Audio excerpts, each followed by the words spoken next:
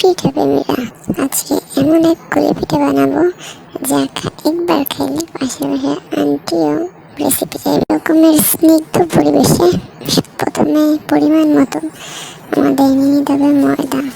এমন পরিবেশ পেলে কার না ভালো লাগে, এবং এই ময়দার সাথে মানুষের মনে যেভাবে লবণ লাগে একজনের মনে একজনের ভালো লাগার জন্য, ঠিক সেইভাবে লবণ নিতে হবে। তারপরে পরিমাণ মতো পানি নিতে হবে। পানি দিয়ে ডোটাকে এমন ভালো করে মাখাইতে হবে যাতে এমনভাবে সফট করে মাখাতে হবে যেন চাপ দিয়ে যেন মনে হয় প্রেমে পড়ার বালিশ।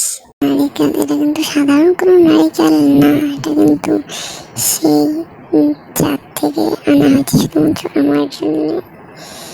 যাই হোক না কেন, মানুষের মনের স্বাদ বাড়ানোর জন্য কথা বলতে হয় ভালো করে মিষ্টি করে। এখানে দিতে হবে স্বাদ বাড়ানোর জন্য লবণ, তারপরে ঘেরানোর জন্য দিতে হবে ইলাচ, যেন প্রেমে পড়ে যে সবাই ঘেরান শোনে। তারপরে স্বাদের জন্য চিনি দিয়ে ভালোভাবে গোটা দিয়ে নাড়াচাড়া করে এটি এরকম একটু কালার চলে আসবে। ঘেরানে আর আসবে মনোরম পরিবেশে জীবন যায় বের হয়ে মতো।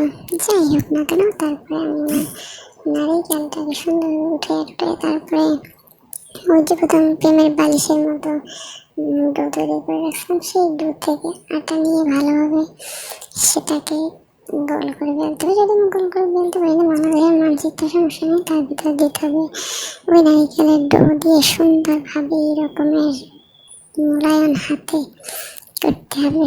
যা দেখলে ভালো লাগে, আর এরকম পরিবেশ পেলে কার না ভালো লাগবে, সবারই ভালো লাগবে।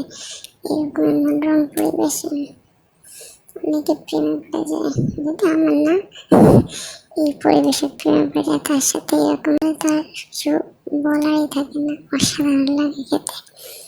তারপরে কি করা যায়, তারপরে তো এটা ভালোভাবে আরো কটা বানাইলাম না, সময় কি সুন্দর কুলি পিঠা বানাতে পারি।